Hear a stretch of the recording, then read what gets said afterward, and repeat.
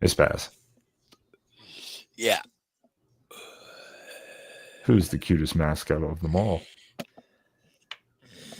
Puddles the duck. It's not Puddles. It's just the duck. God damn it, Spaz.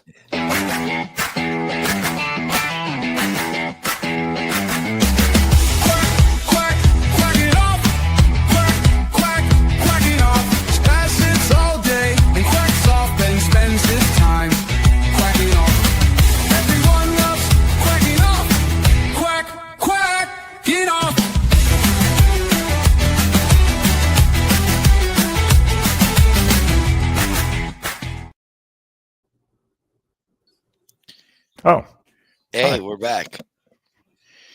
Didn't Again. we just do this? Yes.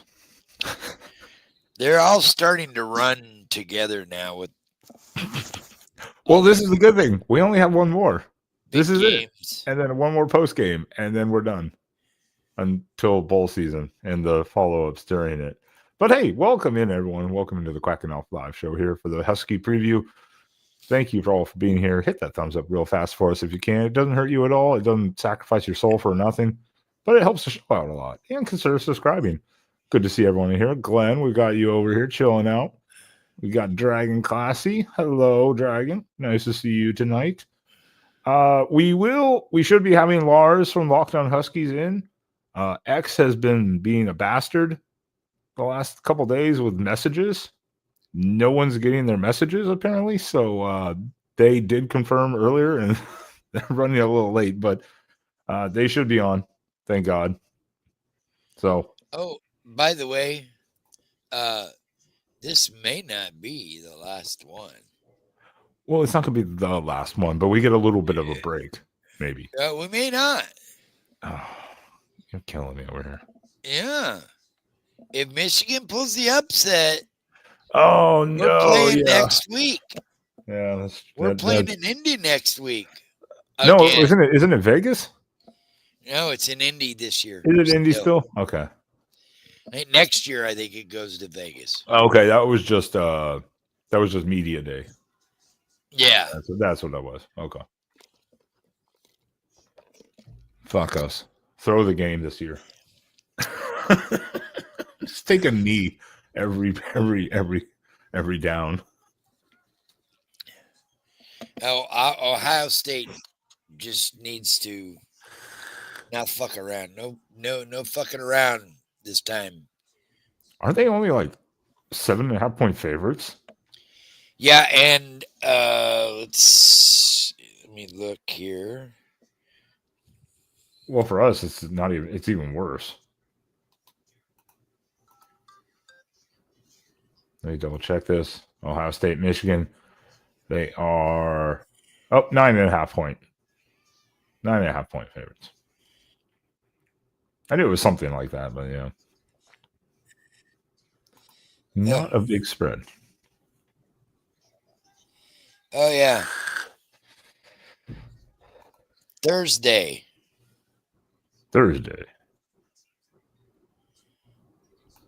Ann Arbor. Snow. Friday, cold. Saturday. Cold, probably. Snow. Oh, snow. No. Oh. That plays right into Michigan's hand. 64% snow and 30 degrees at noon. Oh, that's gonna be a hell of a game. That's everything Michigan could ever ask for. It ain't over yet. I know you guys don't want to play another game in Indiana, but it's possible that line will start going down too if this snow pattern hits. Has it moved? Yeah, I mean, I just had it open. Hold on, I got it back. Let's see. It's still 9.5. It started at 11.5. It's down to 9.5. So, yeah, it could drop another point easily. Yeah. So Who knows? Crazy things. If it starts snowing, yeah. Gotta love weather games. Gotta love them. Well, then, Spaz, as we burn a few minutes here and see if Lars is able to make it, as he said he would. He was just running a few minutes late. Let's look at the weekend that was, because it was a fantastic weekend. And as I noted, I went back and had watched many meltdowns.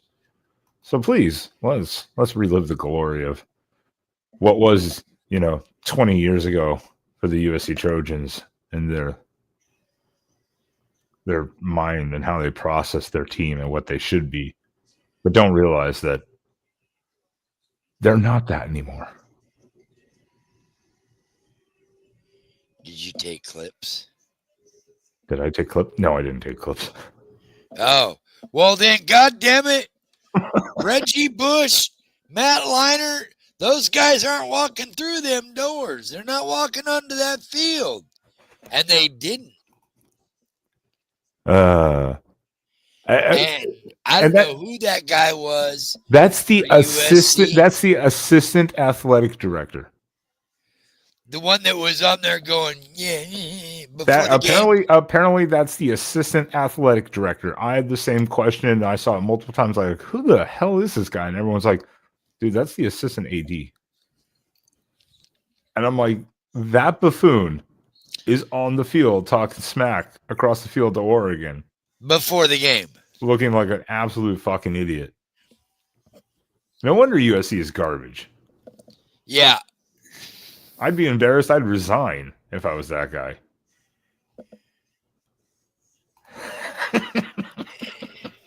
Yes.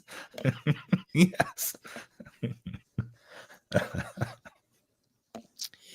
Yeah, and these fools keep giving Dan Lanning that little bit of motivation to pull up every week. Oh yeah, their game chart or media chart or whatever the hell it was.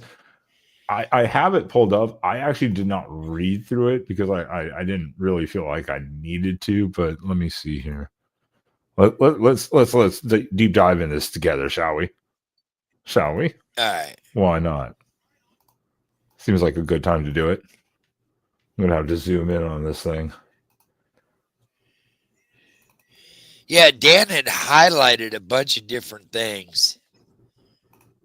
Is that as close as I can get on it? Yeah, it looks like it. That's some shit. Oh, I'll have to do it this way. Let me save it, and then I will share an image. Then we can zoom in on it a little bit, I think. Maybe not. Let me try this again. Let me do this again. Let me try it this way. I didn't pre-test this, okay? This is on the fly. Give me a break here. Probably why I didn't read it, because I knew it was going to be difficult as hell to do it. Oh, God. Okay, that's too much. There we go. This will be a little better. Whoa. What the hell just happened there? I touched something and everything went haywire. Why did it do that? I have no idea why it did that. Oh, now everything's all screwed up. Hold on. I'm working shit. Spaz, entertain people or something.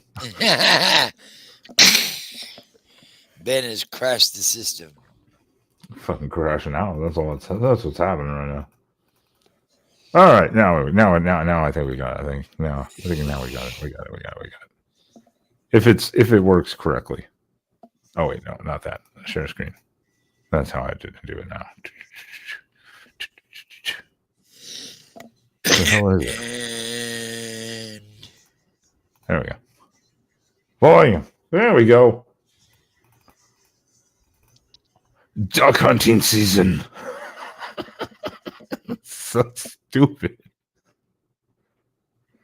The conditions are perfect to head up north for a duck hunt. Not the brightest tools in the shed. It's so stupid. You would think people would learn. Stop giving Dan Lanning motivational pieces to use, because he'll use it and he'll abuse it and he'll take it out on the field and whoop your candy ass. That's the funny part. And now Jed Fish. Oh, are we still here? Are we still here? That totally froze for like 17 seconds on my end. Yeah, and Jed Fish just gave more motivation the other day. It's like, these buffoons just don't get it. They just don't understand. Stop giving Dan traction, because he'll run right over your ass. I mean, what is this? Duck hunting season. USC's won 11 national championships. Oregon 0. Bowl schools produced Heisman Trophy winners. USC 8, the most of any college sport. Oregon 1. USC is in a precedent 33 Rose Bowls. Stop sucking your own dick, USC. By the way, Clay Helton won a Rose Bowl. Lincoln Riley hasn't. You know, like, shut the fuck up. Yeah, I've been telling that to Jack all week. Jack's been being a Twitter whore all week, and I just told him, I says, yeah, well, I'm going to replace that picture with Jed when he leaves for Florida after you get trounced across the field by us on Saturday. Jed will be gone by Monday. At this point, is in Florida excited if they got Jed Fish, though? I mean, really?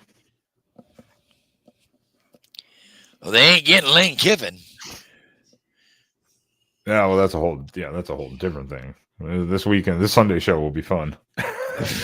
Potentially with that. It potentially could be. With that and a whole lot more. I'm just reading through this even really for the first time, and I'm going, what are you guys doing? This is your PR department? This is what you guys came up with. This. Yeah, his wife's already in Florida because she said it's too cold up here. Amazing.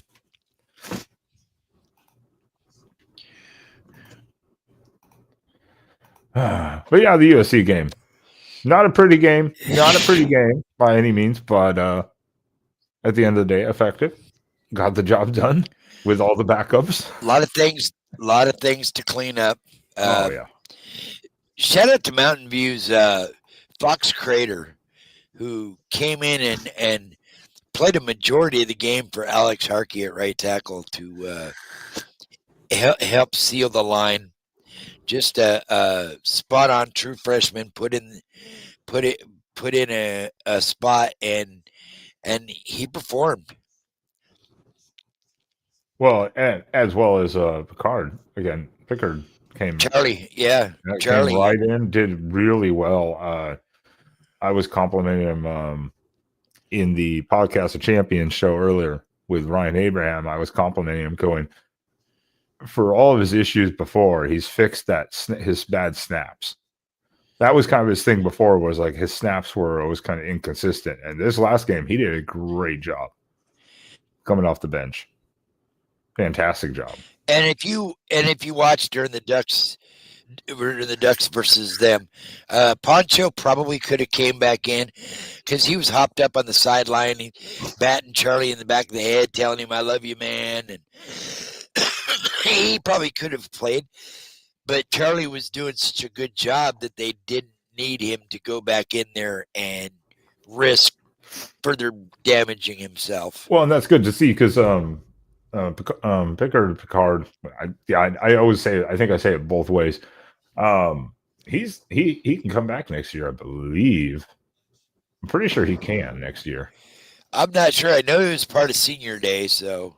Let me check. I'm not 100% sure on that. So yeah, I don't want to say he can or can't because I'm like, so let me see here.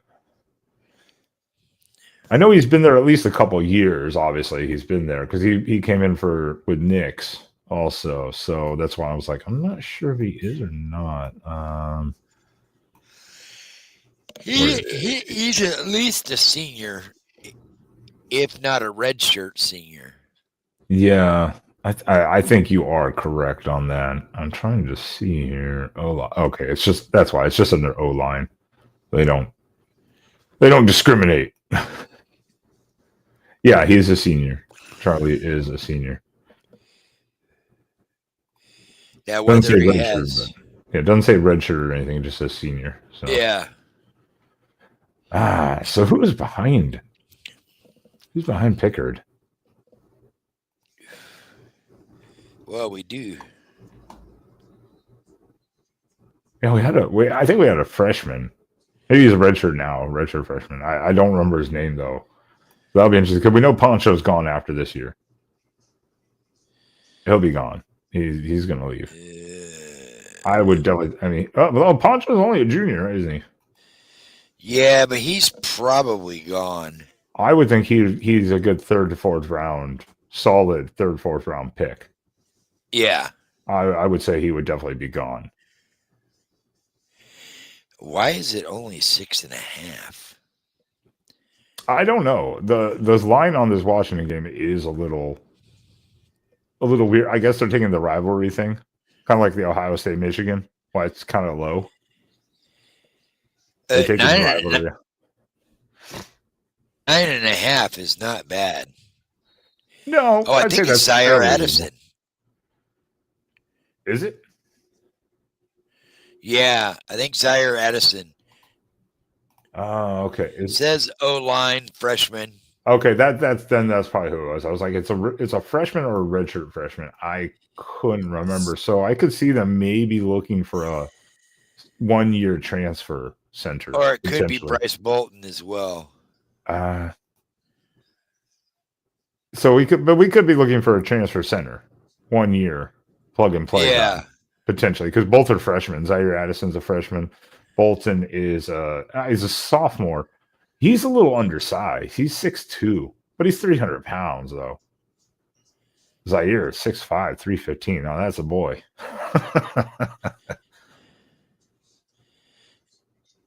And let's see if he. Why do they not have no freaking logs available? Let's see.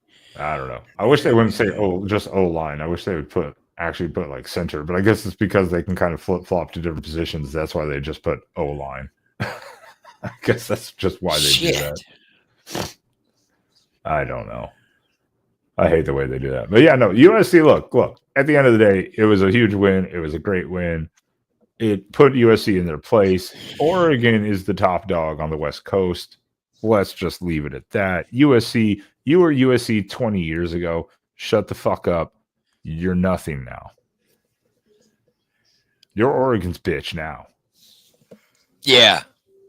That's all we have to say because they've just been. They run their mouths more than Washington. Yeah. They do. Run their mouths and then have nothing to back it up with. So I don't want to hear it. And all the post games were always just, oh, USC had so many injuries.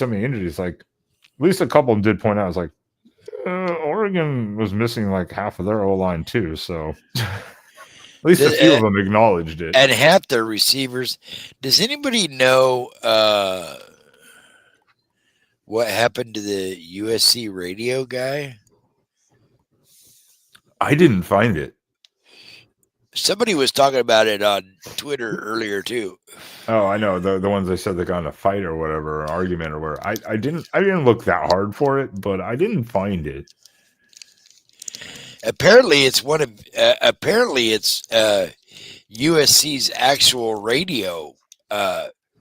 Like Oregon has Jerry Allen and Mac.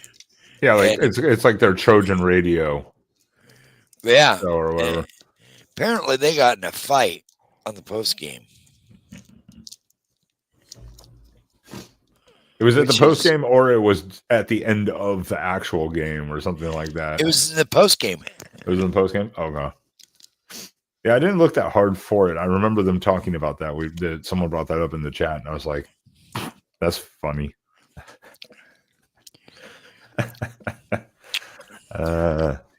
Did Pickles ever get a hold of you? No, never.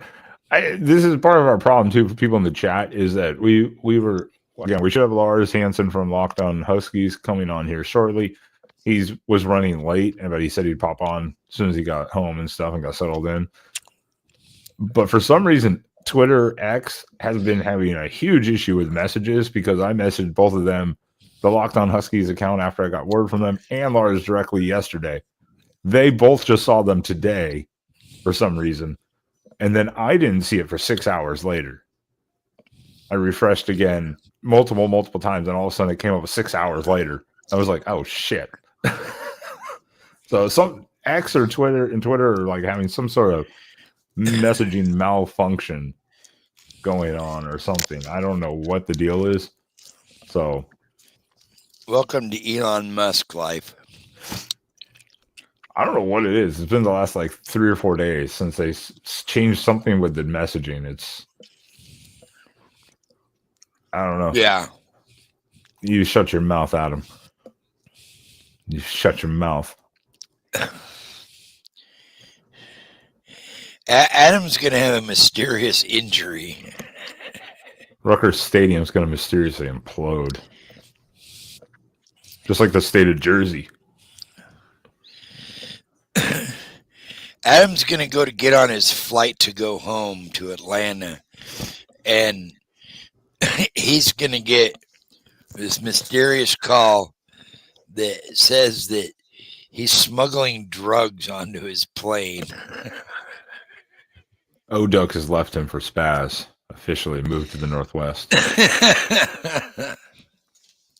Where is O-Duck, by the way? One message last night, that was unacceptable.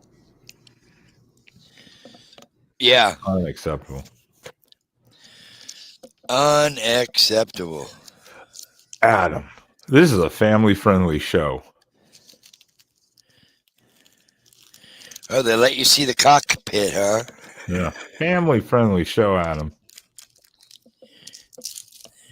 My God. Rutgers people from New Jersey are just dirty. Yeah. What the fuck are you eating? Charleston Chew. Oh my God. They still have those? Uh-huh. Oh, okay. That's why I was like, what the fuck is that?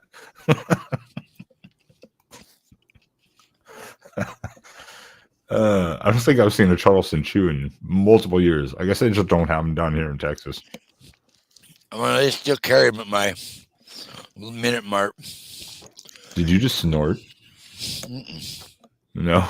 I'm pretty sure you just snorted. Nope. No.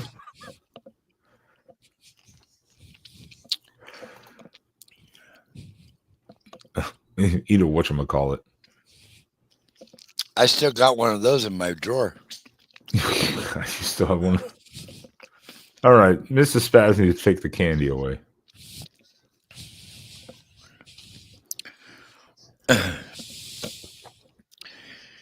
Oh, Adam Sauce.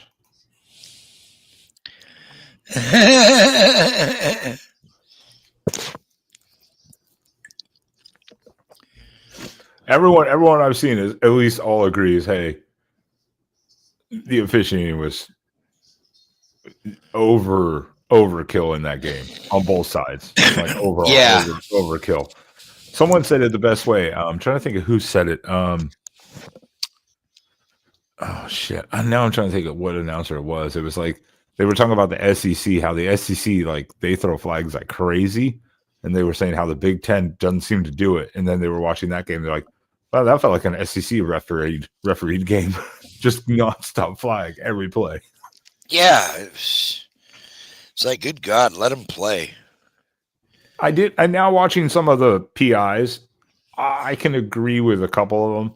I think there was definitely one or two that were definitely 50-50. A couple of them were deserved. They were deserved PI penalties. You know, yeah, that's USC. That's their style game. When you're throwing a ball 40 yards downfield and it's coming off of a trajectory, DB's watching the receiver. They're going to panic. the DB's gonna panic every time almost. So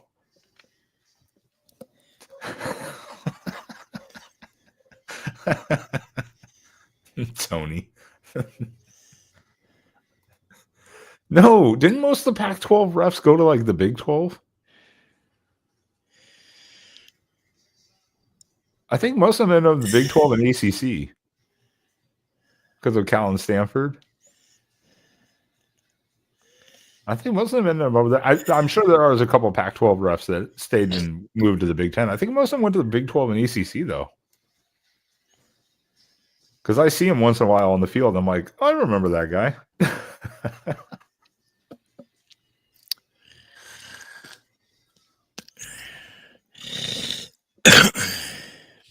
Don't start sniffling. My nose has been killing me all day. I'm gonna have to go blow my nose or something. Don't even start that. Too late. It's like, don't start doing it. You're gonna kill me over here. Well, Spaz, if we want to burn a minute here, just while we wait and see, because I'm checking my messages, but we can pull up some your favorite thing of the week while we burn a minute here, and hopefully this continues on, because we got some good things to talk about, Spaz, because it is your favorite segment and its return. Yeah, tweets of the week. Tweets of the week. I don't know if it's really tweets of the week anymore since we haven't done it in like 6 weeks. But everyone go fuck off. I ain't got time to do all this shit. Let's see. Volume. Did you know this is the first Mackey Award winner finalist ever for Oregon?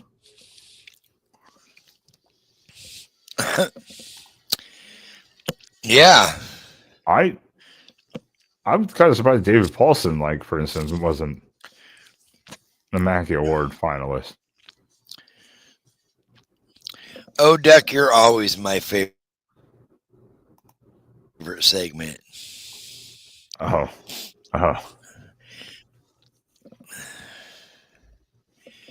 Yeah, Tony's is good too. Chip Kelly needs some of Adam's dietary help. Well, yeah, yes, the refs are part timers. They still get paid like $40,000 a year or something like that, don't they? I think they get paid like $40,000 a year, and all travel and stuff. So they make pretty good. Ozempic. Oh, look, Adam and Oduck are tag teaming you now. Yeah. Cold I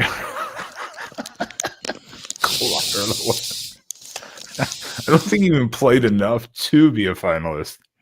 He was like always like off the team randomly. He could have been. I think he could have been in 20. It would have been 2013, right? But then he got kicked off the team. That's when he left or whatever. So yeah.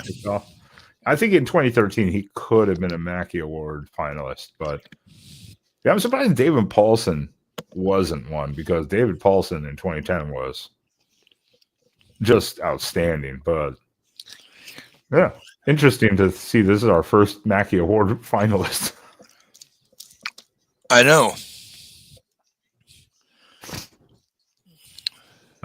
What we got? Oh, yes. Oklahoma State has found their man, apparently. Oh, fuck, Wendels. What a fucking segment. Jesus. Eggplant. Spaz knows the shape. He doesn't know what an eggplant is, but he knows what the shape is. Yeah. Yeah. This would be a good get for Oklahoma State if they can grab. Apparently, it's done. Eric Morris from North Texas. Yeah, apparently it is. That's a good grab. What a weird timing though to do it. I'd assume that he would stay through the bowl, like if they made the playoff. If he didn't, then he'd walk out. But maybe he's saying, "I'm going to stay through the bowl." Like maybe they get a bigger bowl, like to finish it out. Maybe they're like, "Yeah, that's cool." But that'd be a good grab for Oklahoma State.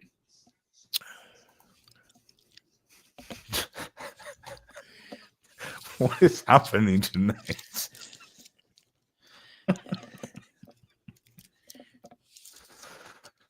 Did we upset the Italians or something? We're going to the state of Jersey after us.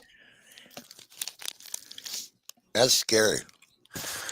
That would be scary. I will get my firearm out of the safe and keep it loaded at all times. And double lock every door I can. Yeah, this would be a good grab from Oklahoma State, though. This will be a good grab. He's shown he's a winner. So, good for them. Oh, your favorite person, Spaz. Aaron Fentress. We all know what this really was about. Basically, USC talking shit. Mm-hmm. And it's just... So he's just calling out. He's like, yeah, stop talking shit, USC. It was just revenge from Pete Carroll on Chip Kelly for 2009. Pete Carroll firing Chip Kelly.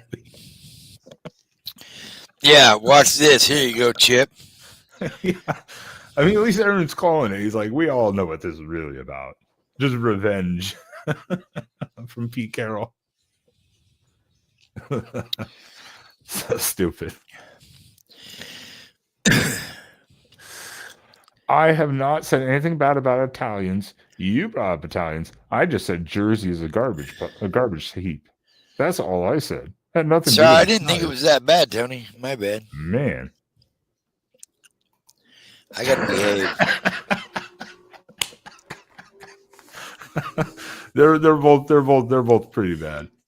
They're both pretty bad. Spaz, did you say Italians are ugly? Italians are. I don't condone this type of specific speech. Italians are like Rocky Balboa on crack. 10 years too gone. After he's had 3 post-fight concussions.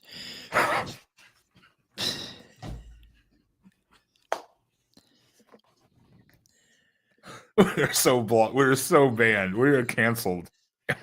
We are so canceled already. You people are killing me. Tony. Let me tell you something. Fuck me. What if we get a pair of tickets to playoff game? Can you go if we get a pair of ticket to playoff game? Why are you talking like that? Because if you can go, then I will try very hard to secure a playoff ticket. Well, you have to wait till see what happens next week, like we already talked about. Yeah, I think we're safe. Hopefully, it's well. If we win, we're 100% safe. If we lose, we probably still in, but probably doing a road game. You lose, you're probably 7-10 game, and you're the 10. Yeah. Hopefully, I mean, best case scenario is a home game, obviously. But we could also have another, Indiana game. I mean, if we did end up in the Big Ten title game, I'll be ecstatic and, like, of course, want to win it. But at the same time, whatever. If we get a home game playoff, cool. And here you go, Spaz. This was your news earlier. Jalen Lott told Texas to go fuck themselves. Yep. He's going to stick with Oregon. 5-star out of Texas. They call him the number 2 receiver now. Wasn't he just athlete? Like number 1 athlete or something like that? Now they're calling him the number 2 receiver. I guess that's just what they're projecting him to be. I'm not 100% sure on that, but that's what I believe. I thought he was just athlete, but whatever. Yeah, we know it'll be the 19th or the 20th, so... And I'm guessing it'll probably be the 20th, because isn't the 20th a Saturday? For the playoffs? Yeah. Let me see. They probably have it set up already. Let me see here. It's Schedule. the 19th or the 20th. Yeah, it would be. 2 games are on the 19th. 2 games will be on the 20th. Yeah, that sounds right. I'm trying. Oh, there it is. There it is. Yeah. Yeah. First round, the 19th and the 20th. We have 20th has 3. 20th has 3, and that's Yeah. Saturday, right? Saturday. Yeah. Friday has 1 Yeah. at night, and then 3 on Saturday is all playoff games. Yeah, you're correct. I had to look as I couldn't remember, so I just scrolled through there quickly. But yeah, Jalen Lott, welcome home. They have another 4-star DB. If for Oregon's, he's going to sign with Oregon. He's already said he's done. He's going to sign. So awesome. This one got me. I don't know if you saw this one, Spaz. I don't know if you saw this one from Will Stein himself. They're like, bring Stein home, Will Stein. New. He's not going back to Louisville. He's like, new. Yeah, I loved to play hacky sack back in the day. I sucked, but I still loved to play it. I could never fucking do that thing. I could never play hacky sack. That was an atrocious thing to even try. It was so embarrassing. I get like 2 or 3 hits on it, or whatever, and usually I would just That's me. All right, what do we got? Oh, did you know, Spaz? Former Duck gone pro, but in the WWE now. Cyrus Habibi Likio. That one caught my attention. Everyone's like, wait, what? Yeah, I knew he was part of their development plan a couple years ago. Well, because after the Boise State deal didn't quite work the way he was hoping it would, so he went a different route. But good for him. Good for him.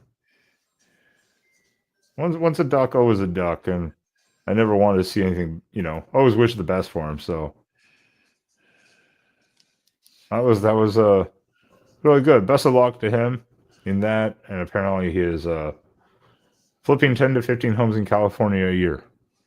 Apparently it says he's an investor flipping 10 to 15 homes. I just read this now. Now he just got the call up to NXT. We'll see what he does. He's a big boy.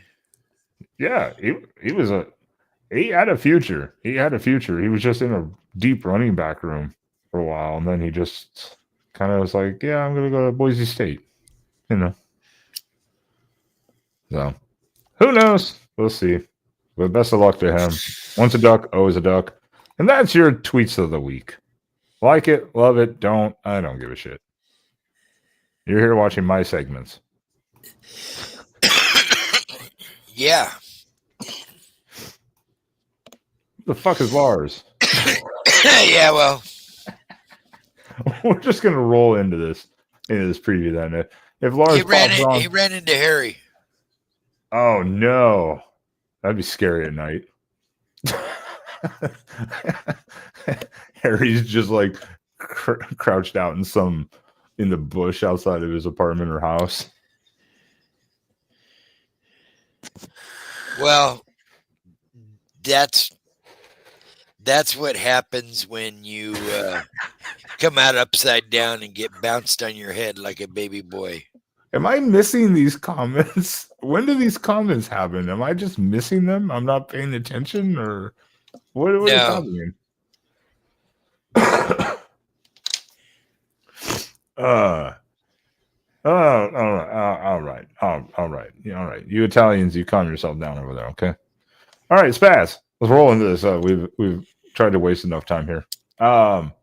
Everyone, appreciate you guys being here again. But Spaz, this Saturday, the rivalry is renewed. Renewed seems weird because it's every year. So yeah, it never left. Yeah, it's back. again. That'll be in 2 years when the Beaver Yeah, with the rivalry is Beavers. renewed. Yeah, with the Beavers. That's why I was like renewed. Yeah, that's not the greatest term. Anyways, fuck the Huskies. But this Saturday, Yeah. you're number 6 Oregon Ducks, 6.5-point favorite. Travel to Washington, take on those Dirty Dogs on CBS again. Fucking CBS. How are we feeling, Spaz? Because it's only 6.5. Not a big. That's not a big spread. I mean, No, but I wish I knew what the line was 2 years ago. I think it was Oregon by 2 or 3. 2 years ago, so 2023. I can find this real fast, but it's not a big line. That's kind of the thing. 2023. Let me look it up here, right here. I think it'll still show me the line. 2 years ago. Will it? No. Why is it doing that? Fucking. I hate when it does this. I tell it to look up a schedule and it flips to the current one. Anyways, carry on. Carry on. Yeah, I just know that it could be. I think like the USC game, it's a little close to start. Oregon gets a turnover or something crazy and another kick return, punt return, and they go up by 2 scores and just kind of coasted in from there. I don't think it'll be like last year's team. As Jack put, last year we faced a high school version of the Huskies, and we put belt to ass. Do I think we're going to get 10 sacks? No, but I think we can get 5 or 6 in this game. Yeah, this is not going to be a 10-sack game like last year. No. If it was, I would be like, holy shit, Washington. I'm gonna go with an over under of 3.5. I'm gonna go with 4, maybe. I'm gonna go with 4. I'll keep it on the low end. Okay. I think Oregon just a lot of these guys played on that team 2 years ago, and a lot of those guys that game left a sour taste in their mouth. And this is a rivalry, and the Huskies is the rivalry, especially when you talk to a majority of these guys, because a lot of them come from Washington. Yeah. So different parts of Washington. So I think the motivation from that 3-point loss 2 years ago is going to end up being the deciding factor that worst case scenario pushes these guys over the top. I'm kind of on Adams area. I'll give my prediction at the end, but I'm kind of in that range. Yeah, I think I'm not so much on. I understand your point about Lanning and the motivation from a couple years ago. That was DeBoer, not Fish. But I think that the rivalry aspect itself, because outside of Oregon and Washington fans, and even like unless you're a West Coast person, everyone just assumes Oregon and Oregon State. That's your rivalry. Even Oregon USC, they still don't seem to realize Oregon Washington is the rivalry game. Like that. Yeah, exactly. That's why this is the final game of the year on rivalry weekend. So I think that alone is motivation. Plus, finishing the season 11-1, prime, lock up the playoff spot, no questions asked. Keep yourself right in the mix for the Big Ten title game. I mean, I don't think Dan Lanning needs any other sort of motivation in this game, to be honest. No. Spaz, can you tell me how many meetings this will be? what meeting this will be? Between Washington and Oregon? Uh-huh.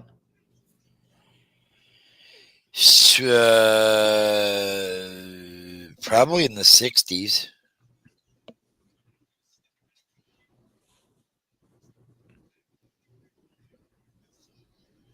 Do you know when the first game was between Oregon and Washington? 1911. 1900. Oh. Oregon won 43-0. They have played every year except for, let me double check my info here, 1943 and 44 for obvious reasons. 2001, I don't recall why that was, and in 2020. 2001, wasn't Washington on sanctions or something like that? Yeah, but why wouldn't it have been met in the regular season? 2001? 2001. I don't know. Yeah, that's what that one's weird to me. I'm like, wait, 2001. We didn't play in 2001. I'd have to look why that was. 2020, we know why. Washington had to cancel the game. And 43 and 44, obviously that makes perfect sense. Why? Yeah. Why they didn't play those years. Hold that on makes sense. Well, Spaz is saying fuck off, everyone.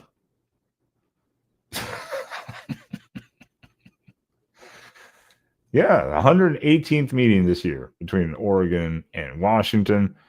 For those of you who want to know, Washington does lead the series all time. Really, Tony, in the Pac-10, we had the scheduling in 2000. You see, I'd have to look. I don't even recall. So that's why I'm seeing that, and I'm going in 2001 because the Pac-10 we always played 9 games. That was, I guess we did. No, we would have played everyone then. Oh, no. Back in 2001, yeah, the scheduling was different. Yeah, no, I'd have to Google it, but yeah, that's the only weird year that stood out to me. Where I was like 2001. I didn't really look into it that much. 2020, again, we all know why. Washington canceled. Had to close up shop for that game. But yeah, Washington leads the series 69-49 and 5 for a winning record over the Ducks. But my buddy's car just died right in front of my house. Oh. And he lives like 40 miles up the road. He goes, bro, my car, I think, just died right in front of your house.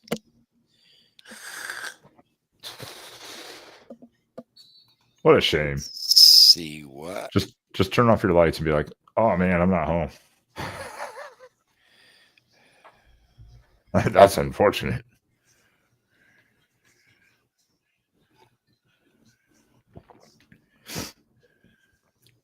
I am really, though, looking forward to this game because I want to see. Look, I mean, if we look at Washington, for instance, let's take a look at Washington here. They're not ranked. I'm not sure why Washington is not ranked. What is Washington's record right now? Are they 3 losses or are they 4 losses? I should have had this pulled up. We try to be professional around here. All right. Yeah, Washington's 8. Washington's 8-3. It's not like they're a bad team. That's 2020. Yeah, don't worry about 2020. I am a little worried about something that USC did not do against Oregon.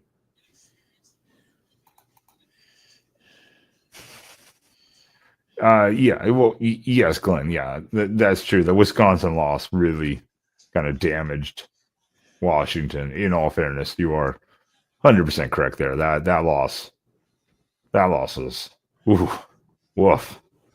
That was a bad one.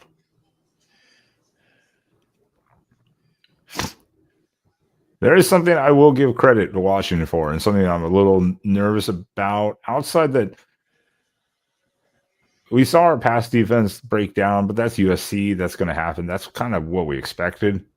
Maybe not to the tune of over 300 yards passing, but Damon Williams, remember, he's a 72% completion percentage. Damon Williams is accurate. He's 19-6, touchdown to interceptions. And he can run, something USC did not do with Maava. They did not run Maava, like, at all. Whereas Damon Williams will run. So containment is key in this game for the Oregon front seven. Whether it's a spy or drop a D lineman. According to this, it was due to scheduling. That's what Tony said. It was a scheduling thing. And I was like, well, the scheduling in 2001 was different than, multiple years later. I was like, I didn't look into it too much, but I was like, I'll go with that. That's fine. It doesn't make a whole lot of sense because it was the Pac-10 still. So maybe that was just a funky year, or maybe we had a few funky years back then. I didn't look too deep into it, but I was like, okay, whatever. Whatever. But anyways, Damon Williams running is what scares me in this game. I think that's kind of the one thing that makes me a little nervous. Because Damon Williams is a running quarterback. He's a dual threat. And he's more than capable. Last year was his first year, remember. He got plugged in like halfway through the season, basically as the starter. This year, he's been the starter the whole time. So,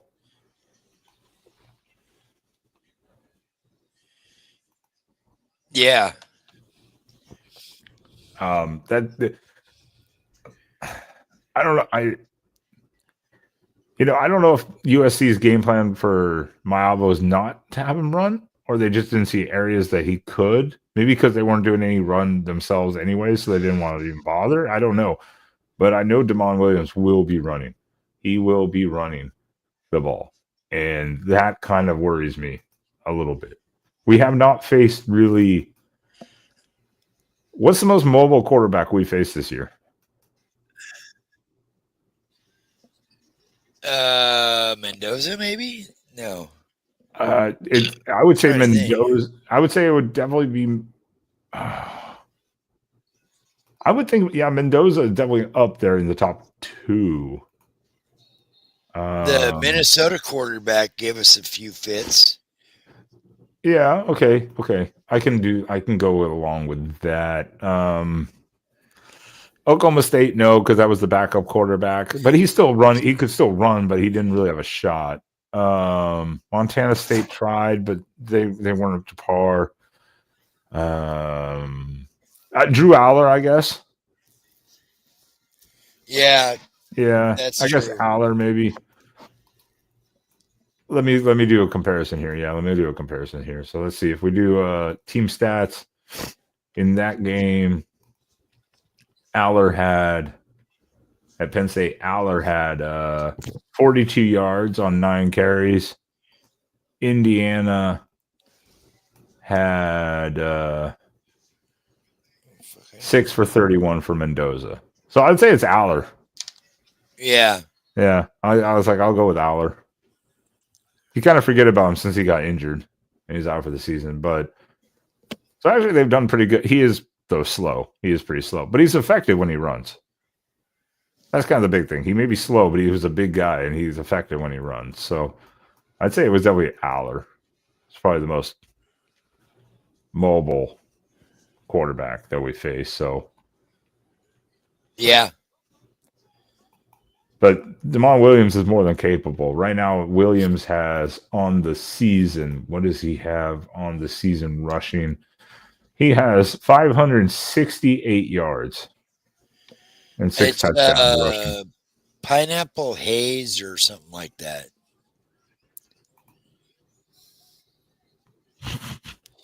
I love the beaker image.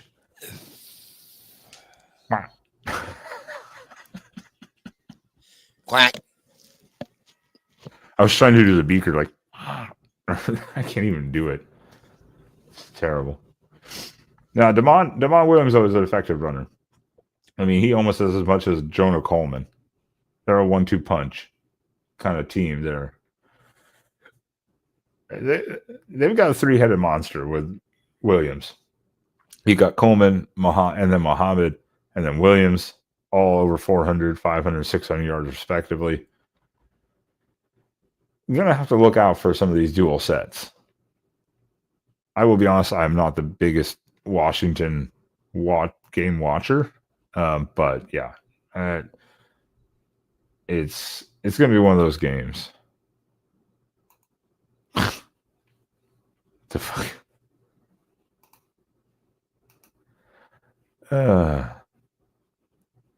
Look at Spaz acting like he's doing paperwork or something over there.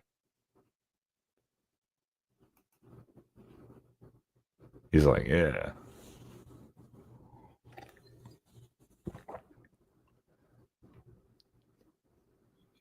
Anyways, besides that, players to watch for Washington, we got to get into some of the receivers because they do have good receivers. Again, Damon Williams is more than capable. 2,721 yards, 72% completion percentage.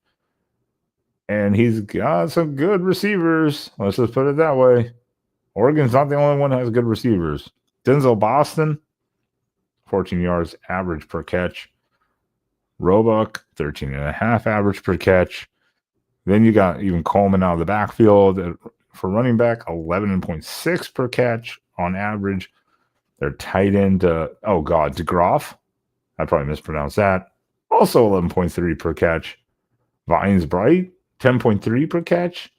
I mean, come on. You got some guys that are big playmakers for Washington. So I don't want to hear it.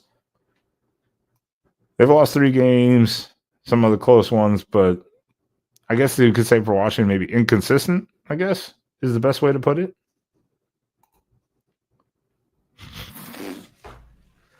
Fuck, I got to stop reading the chat, too. I tell Spaz to stop reading the chat because he laughs and comments on it, and then I start reading it and I start laughing. God damn it, Tony. Oh, I got to sneeze.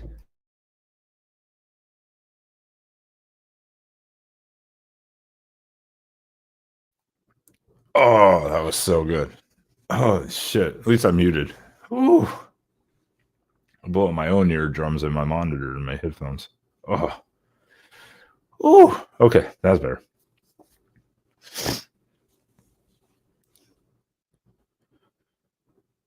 It's bad. How's that legal paperwork looking? It's great, man. So it's a full... Right here. This is what Brett was talking about last night. Ah, there it is. Yep. The return of Portland Wrestling and Teal Piper, Roddy Piper's daughter. Got a picture of the two of them together next to each other. And this is our big show, December 28th.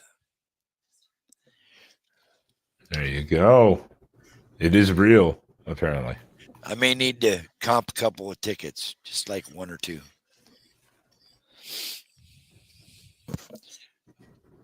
Yeah, they don't care. No, it's one of the football players' dad that we interviewed last night, and he was not in college. All those college ball players, they're cheating, they're betting on each other. I know. But yeah, he was like, "Oh," over there. He's like, "Oh, Portland Wrestling. I remember that growing up." And I was like, "Yeah." I was like, I sent him the link and whatnot. And my other person is like, "Hey." I don't think Spaz realizes he's not muted. I just muted him for everyone.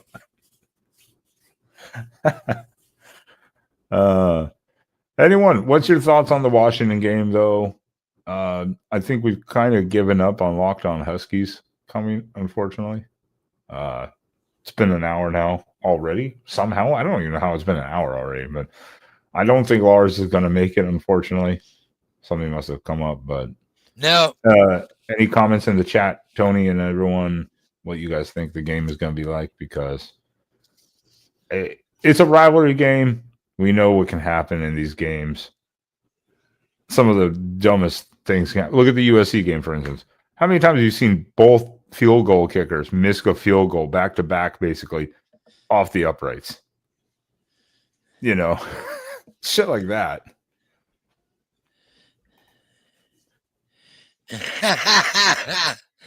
I'm just seeing some of them, just reading through some of these from the UO press box. Yeah. He's been dead for about, I think, 11 years now, Tony. 12 years. I was like, he's dead, isn't I he? think he died in 2014, 2015. I can't even remember anymore.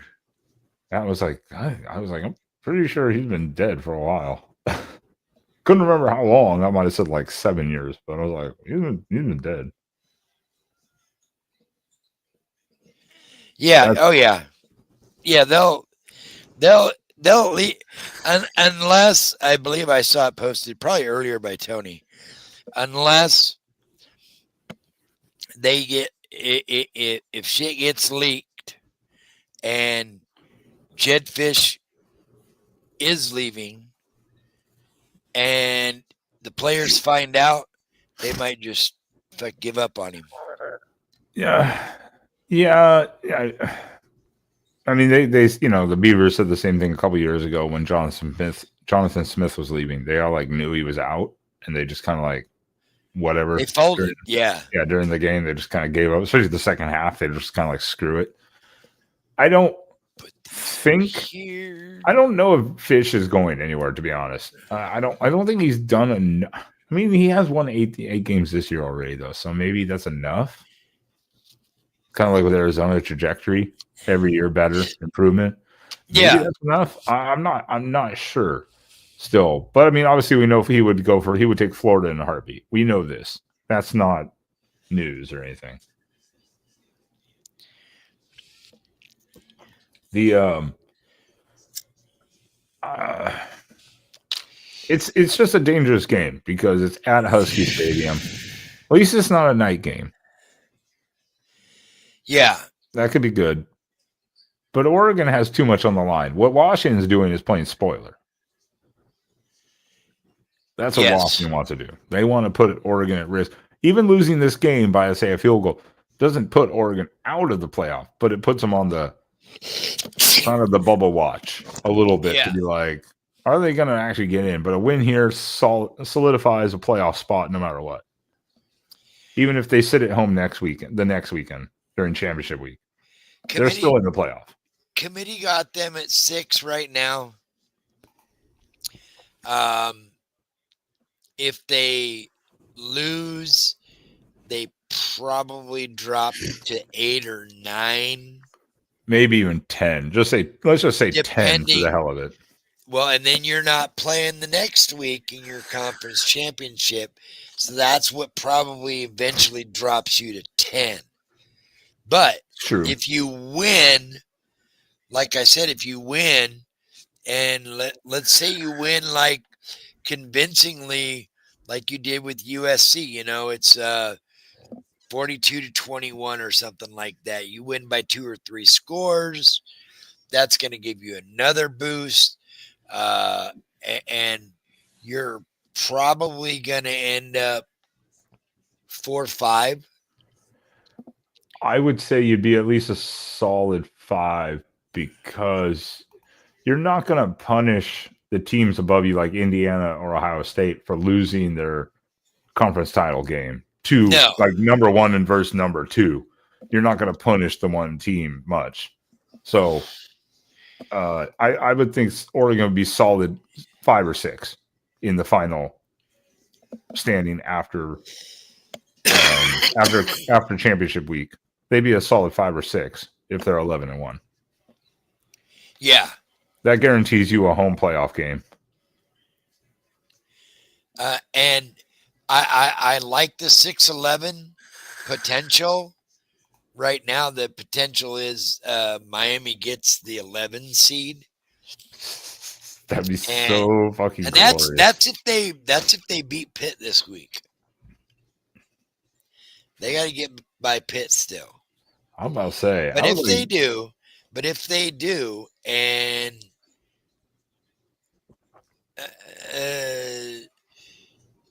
yeah, I think they get that 5-6 spot, and could you imagine hosting? 5-12 would be phenomenal, Tony, because then you're the winner of 5-12 plays the 4 seed But in the semis, could you imagine? Yeah, I mean that would be fine. which would probably at this point is looking like Georgia. Could you see, Tony? This is what I was going to say. I was like, could you imagine though hosting Miami in the first round at Autzen? Oh, But it would more likely in that scenario potentially if it's the 12th. If it's potentially say the 12th, it would be like James Madison. well, right now it's Tulane. Is it right now still Tulane? Yeah, they moved Tulane ahead. Oh, okay. Well, Tulane, welcome to the party. Well, don't underestimate Tulane. Remember, look at USC a couple of years ago. Hey, if it's Tulane, don't we get former Oregon QB? A former quarterback / second or third string tight end now, Tulane? Yeah. Yeah. Are we both having name blanks here? Ty Thompson. There we go. Thank you. God, Dave, I was like, oh crap. What was? And if that came to fruition, that Tulane would put some plays in for him. Oh, probably. But I don't even think. I think Tony's correct here. I don't think Thompson. I literally think he's like the third string tight end. I don't even think he's like seen the field, even at Tulane. As a tight end. I mean, they played him that one bowl game and they pulled him. Was that against Florida? The year he transferred, I think they put him in the bowl game as a QB and they pulled him because he threw 3 interceptions or something like that.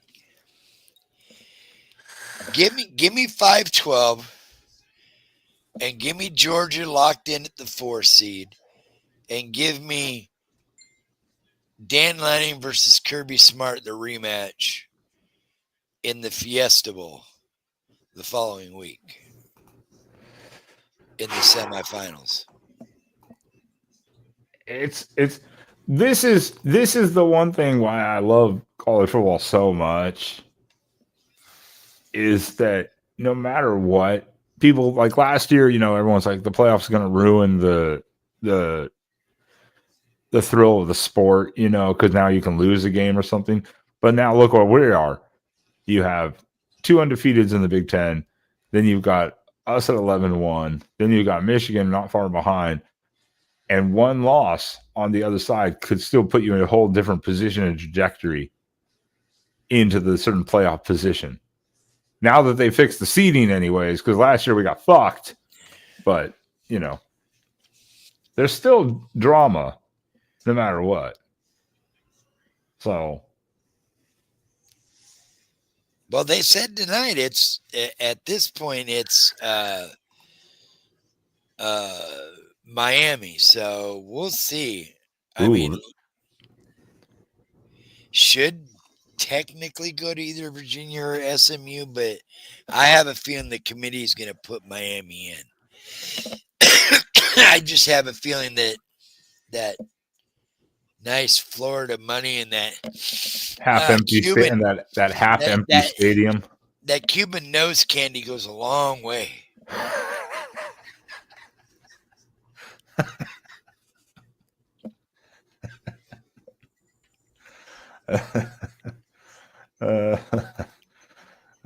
Allegedly. We have to say allegedly, so that way we don't. It goes to 12. They would be the 12, I think. Yeah, the group of 5 champion will be pretty much automatic 12. Automatically, they'd be 12 unless they were ranked in the top 8 or something like that. But other than that, they're going to be if they were naturally just ranked in the top 8 ranking wise, then that'd be a different story. You know, like if they were like a fully undefeated team or something, they'd be highly ranked. They wouldn't get the 12 spot, I don't think, because they'd be higher ranked anyways. Yeah, But wouldn't if they're out of the top 12, they'll get the 12 spot automatically. yeah, wouldn't this be funny? ACC champ misses the playoffs, and Miami gets the at-large. It's like it's possible Georgia Tech really screwed this game. Miami's the top ACC team right now, rank-wise. Yeah, but they're not, and they're not. Yeah, they're not even going to be in the ACC title game. That's well, I mean, they still have a shot, I guess, but they got to have help. But Georgia Tech really screwed up the ACC conference game thing. They really screwed that by losing. Yeah, they did that really badly. Who's the coach at Virginia now? It's still Elliott, right? Tony Elliott. Tony Elliott. That was the. Yeah, he's probably. Isn't it he's Tony probably Elliott? Gone. No, he just took that job a couple years ago. Yeah, Tony Elliott. He just took that job a couple years ago. He went from Clemson over there. Yeah, but I guarantee you, if that money gets offered to go elsewhere, I don't know. I mean, maybe, but I mean, he's only been there a couple of years. Yeah, but he's taken Virginia from the depths of hell to possible ACC champs. Mendenhall didn't leave in that bad of a place. Remember, it was Bronco before him. Bronco didn't leave in that bad of a place completely, you know.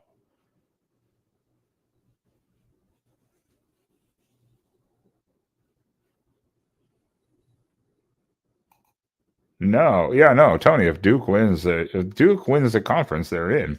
They get an auto bid. It don't matter if they're ranked or not. They get an auto bid. That's something we haven't encountered yet. But if they win their conference, even if they're unranked, they get an auto bid.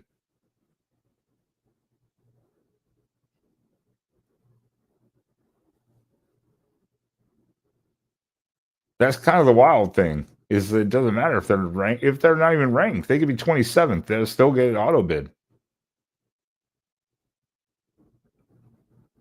which is wild to think about. But that was kind of the lore. Is like, hey, that gives you a motivation to win your conference for these teams on the bubble that might not have a chance otherwise. But somehow they get in a lucky spot. They win their conference. Bam, they're in.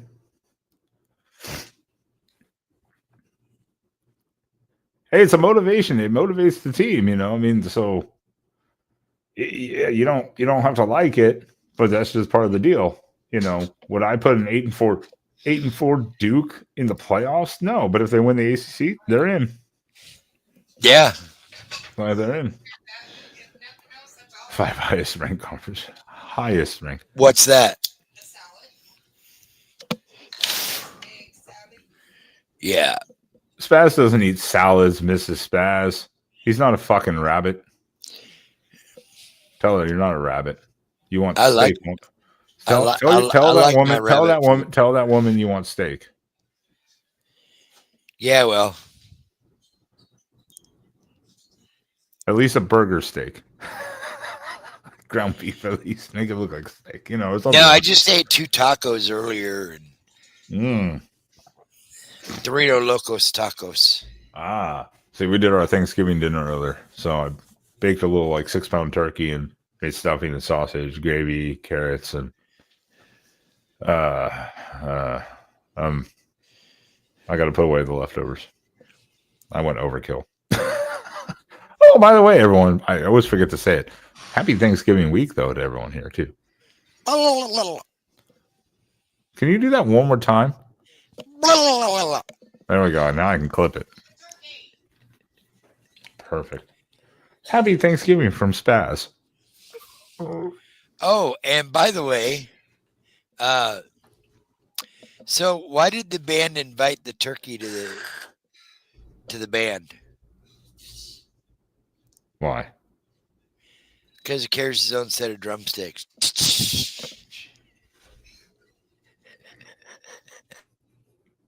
Kill me. Just kill me now, chat. Just absolutely kill me. That was in my Starbucks this morning. I asked the girl, so God. why did the band invite the turkey? And she goes, because he forgot his drum, because he has his own set of drumsticks. God. That was their joke of the day. Another reason I don't go to Starbucks. Besides overpriced coffee.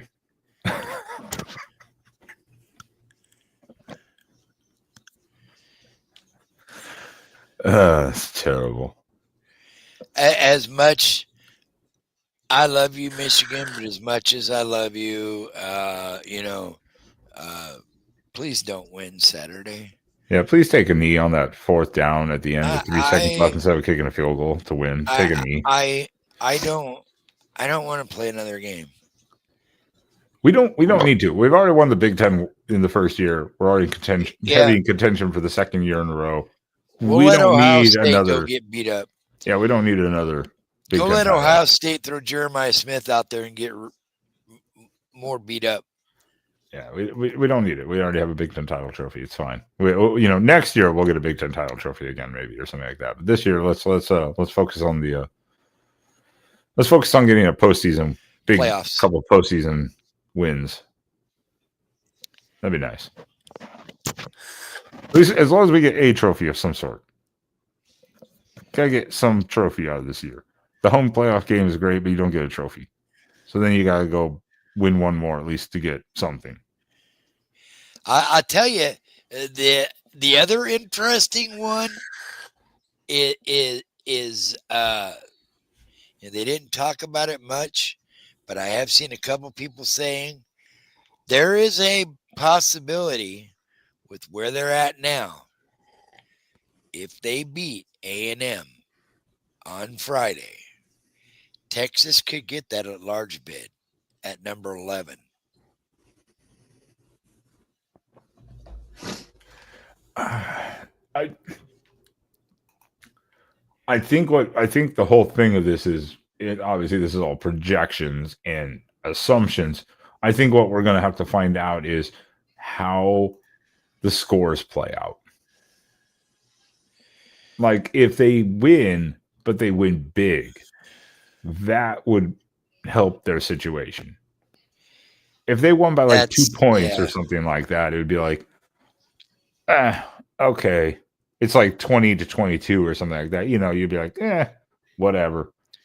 But if they blow them out like 3 scores, that would help them a lot. Yeah. That would make a huge difference. So that's why I was like, this last weekend still has a lot on the line in the sense of what's going to happen. Because everyone's looking at Georgia like a lock. What if Georgia Tech beats Georgia?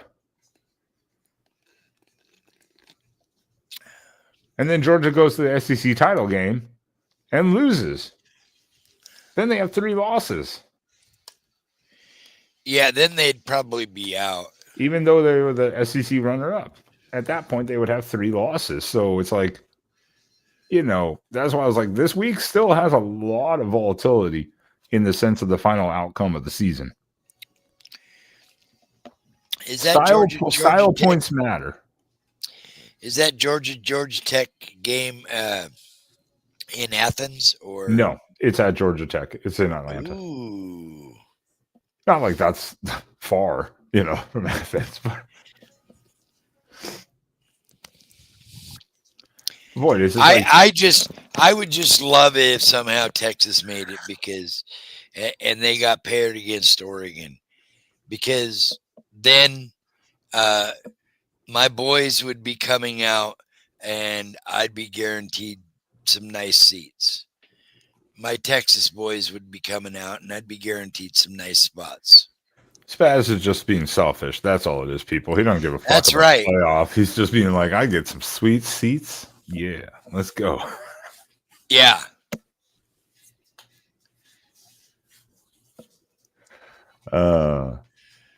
Yeah, this weekend I think is a lot of style points for some teams. I think that's kind of the big difference. Because everyone thinks Ole Miss is probably a lock potentially for the playoff.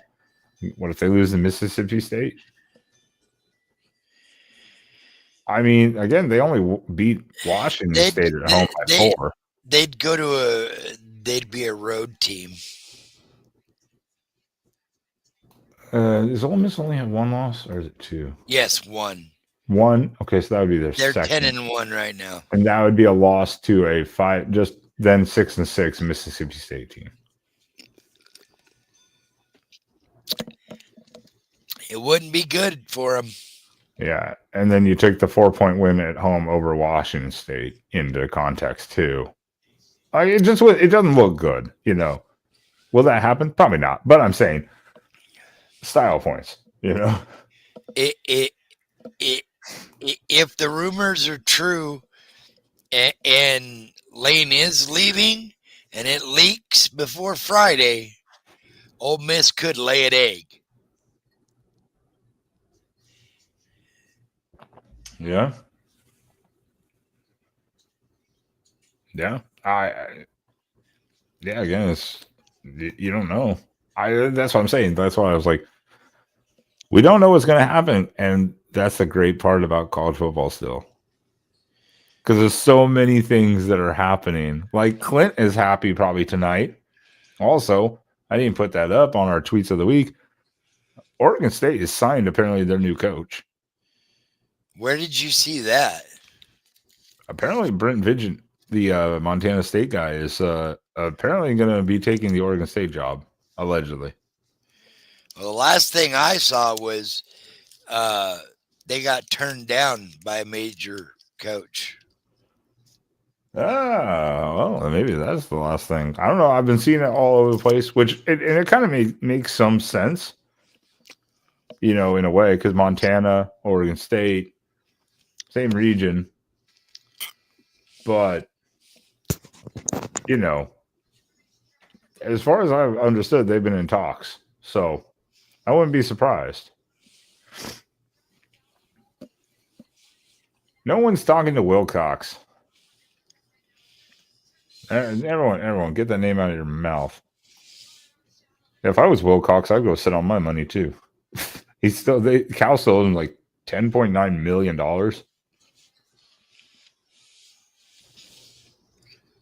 Wilcox can take a year off and relax.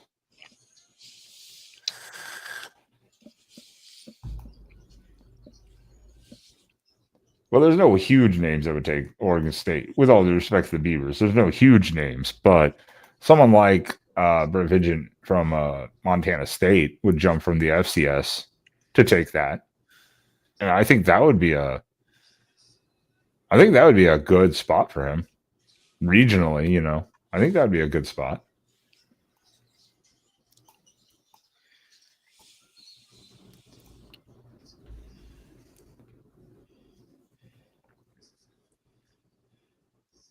Well, yeah. Yes, Tony.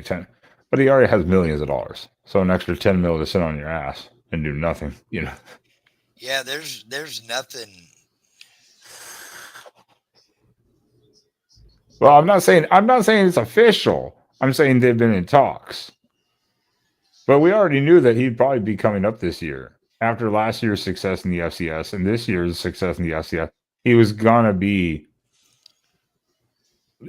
looked at and targeted.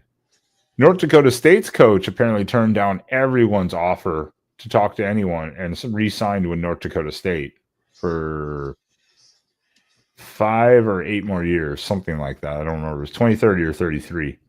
So North Dakota State's coach is off the market. He's staying put.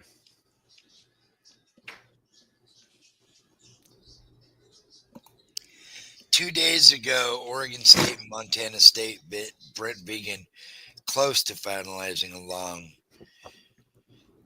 deal, but that's what I mean. Like I said, they're in talks, like right now, in heavy talks. But he's got FCS title goals right now too, playoffs and title goals with the FCS. So I don't know if they'll put it out. $300,000 a year.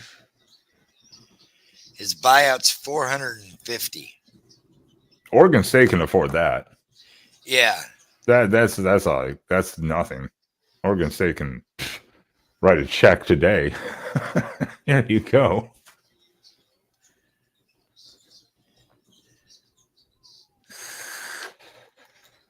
Oh, thinking of coaches with buyouts. Another reason, Spaz. Another good reason too that everyone always says, "Oh, coaching opening, Dan Lanning." Dan Lanning's not going anywhere because, again, too. Remember, as of on Saturday when he beat USC. Remember that game? Another year. Bam! Automatic 1-year extension was activated at another 10.9 million. I think it was.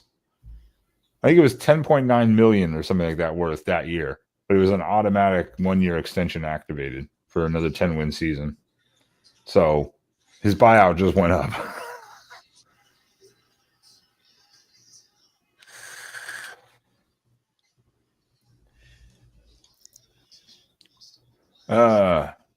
Well, Spaz, do you have any final thoughts real quick here on Washington? No. Let's just go take care of business Saturday. Control your own destiny. That's true. The key. Well, Spaz, you're sucking ass. So am I. Not literally, but figuratively. Calm down, chat. Spaz, drum roll, please. Potentially one of the final. Well, definitely one of the final, but we'll see how many more we have. Score prediction time for the number 6 Oregon at Washington. Chat, please also let us know in the chat. I know some of you put your score predictions in already, but drop them again for this game. Spaz, what are you thinking? 38-21 Oregon. Oh, you son of a bitch. That's like almost dead on to what I was going for. You son of a bitch. Oh, Dave says the weather's going to be shitty. No, it's supposed to be dry. Is it? Okay. Yeah. If it's going to be dry, let me take 1 second here. I'm going to procrastinate the hell out of this quickly. I think the things that, well, I'm just bullshitting here. Let's see. Against good competition, Washington. In general, against good average competition, Washington doesn't put up that good of points. And they allow still a healthy margin. 49 degrees and sunshine. Yeah, and that's fine. That's perfect late fall weather. That's perfect late fall weather. I'm in line with you. I am going to actually put it up as, I'm going to say it's kind of similar to USC, but not the amount. I'm going to put it as a 42-20. Ooh. Washington we should be able to put up some points because, again, Damon Williams will run the ball. You're going to have to account for him more than we did Mayavi even. But I think Oregon will be on a bit of a mission.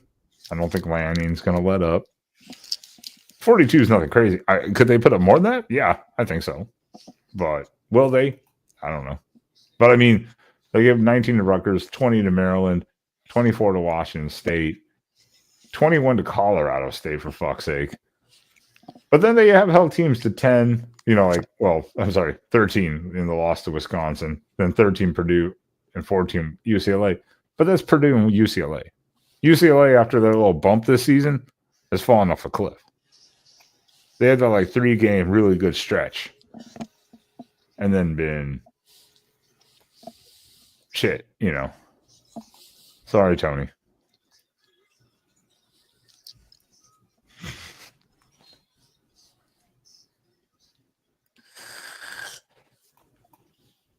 Yeah, 35-27. I can see that too. I could definitely see that. Something like that in that range. I can see that.